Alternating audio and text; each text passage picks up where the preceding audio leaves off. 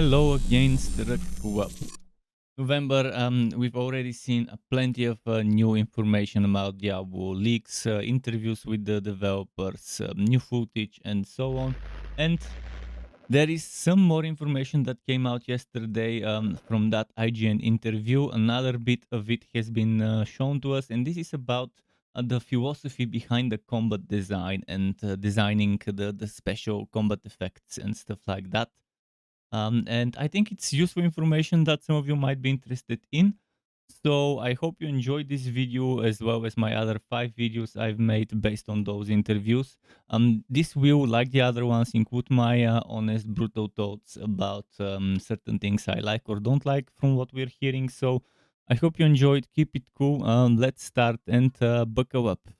First off, let's mention what they said about the combat design philosophy in Diablo 4, how they approached designing the combat. They mentioned that Diablo 3's visceral combat is the foundation of Diablo 4's combat model, and that it is used kind of as a baseline to build upon and improve. They wanted to make Diablo 4's combat, quote here, feel a little bit more intentional at a little bit more stakes, end quote. A goal was to, and again quoting here, increase the clarity of the battlefield.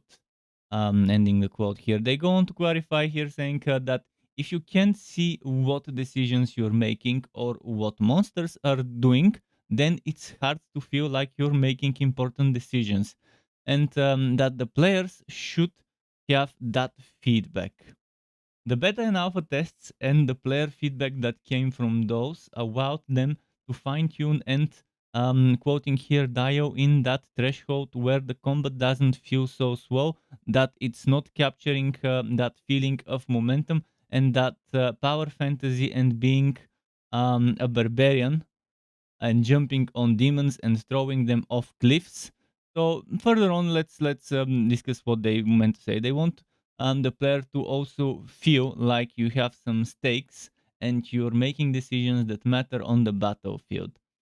Tactical decisions such as dodge rolling or using other movement skills to get out of danger and maneuver around the battlefield. That's what they kind of want you to use. That's what they've added into the game to make you being able to physically avoid getting hit, not just resisting and walking through gear.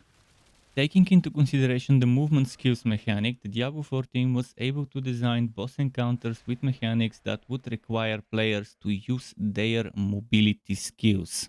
They're confident that the game's combat is currently in a pretty good spot, that it's fast and there is enough momentum.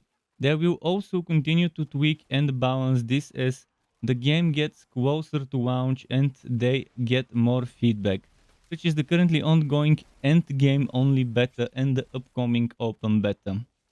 I might say here that seeing a leaked low level rogue around levels 4 through 8, 9 or something like that, proceeding through the endgame only beta felt super underwhelming. The guy was taking much longer to kill and felt ridiculously undergeared and underpowered, even though the content levels seemed to scale with his own levels. Most likely it was due to bad gear and spending the few skill points he had available in not that great of a way. Maybe the dude was doing World Tier 2 and he should have been doing World Tier 1 until he geared up and gets more skill points to mess around with. We'll know soon enough whether the game's combat is really in a sweet spot when it comes to challenge and efforts versus rewards for our time. Time to kill is another thing that apparently is being monitored and tweaked rigorously to try and strike that balanced point. It's arguably one of the most important metrics in hack and slash games, combat design, I might say. And they go on to say that Diablo is a power fantasy, and if it feels too arduous and too slow and too laborious, and the enemies are just meat sacks of hit points, it's not fun to kill things. And I definitely agree here. Very few people enjoy the torture that is dealing with ammunition and skill sponges that take forever to kill and do little to reward your time. They also say that they also want to avoid the opposite situation where enemies die too fast, everything is made of paper, and the player's strength doesn't matter. Um, they want things to feel challenging and threatening. Killing monsters too fast or too slow doesn't feel rewarding, is what they say. Well, I might say killing monsters too fast actually does feel rewarding. In fact, that's what the goal of people is, to start killing monsters too fast. That's the whole idea behind those games. That's why we are playing them, to get overpowered and start killing monsters too fast, to overcome whatever obstacles there are, and to finally make a build that actually kills monsters too fast, so that we are not wasting our time on a trash mob. Let's say that. So yeah, they're saying that hitting the sweet spot is the goal of Diablo 4's combat design and systems team, and hopefully they manage to hit that. I really hope that they do hit that sweet spot. Now let's mention a little bit about what they said regarding designing the combat effects in the game. Ferguson mentions that combat in Diablo 4 feels more grounded, and that things you don't see are the blue and yellow color codes for elites and champions. Later on, Shelley seems to confirm that elites don't have color coding, in his words.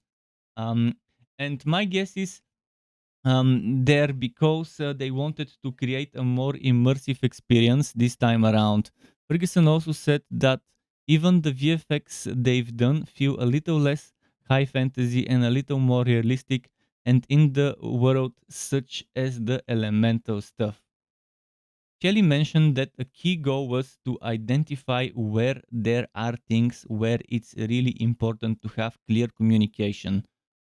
One such example is when monsters are hiding behind a door or other environment. That it's certainly more grounded to not have any information, but it's also very frustrating. So they needed to decide where they need to do monster highlighting for clarity. They want to give the players battlefield information so they know what decisions to make while still grounding the monsters in the world, to provide that atmosphere where players feel like they are in a world that's dangerous, scary, and unpredictable.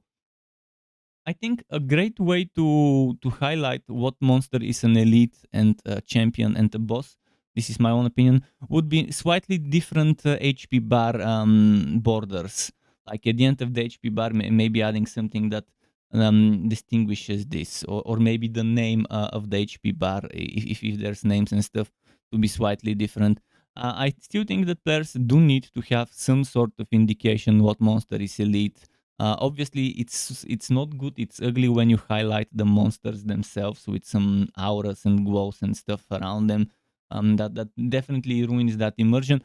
But there are ways to maybe slightly change up the HP bar itself, or if there are nameplates or something like that to do this, or maybe an aura underneath it as a buff special, like in Diablo 2 and other games where elites come with auras and they provide those auras to other enemies nearby. Then you would obviously know that there is an elite. One of those monsters is an elite, but then how do you tell which one is the elite? Again, hopefully they do maybe switch up the HP bars of those monsters slightly. Even a subtle change would be enough to the trained eye to immediately tell, okay, that's the elite. Let's be careful around this champion of an enemy. To get notified when I upload more content like this one or other builds and guides for Wooter and not so Wooter games, you can subscribe to my channel and hit that bell button to not miss out on notifications. As well as keep in mind there's something called memberships on YouTube, which lets you be a paying member for my channel to get access to perks such as emotes and badges made by me, as well as the option to get one-on-one tutoring for the very basics of Adobe Photoshop, Premiere and After Effects. And memberships can be cancelled at any time if you no longer want to be a member. Thanks for watching all the way until the end, Struck Web. Keep it cool until next time, and goodbye.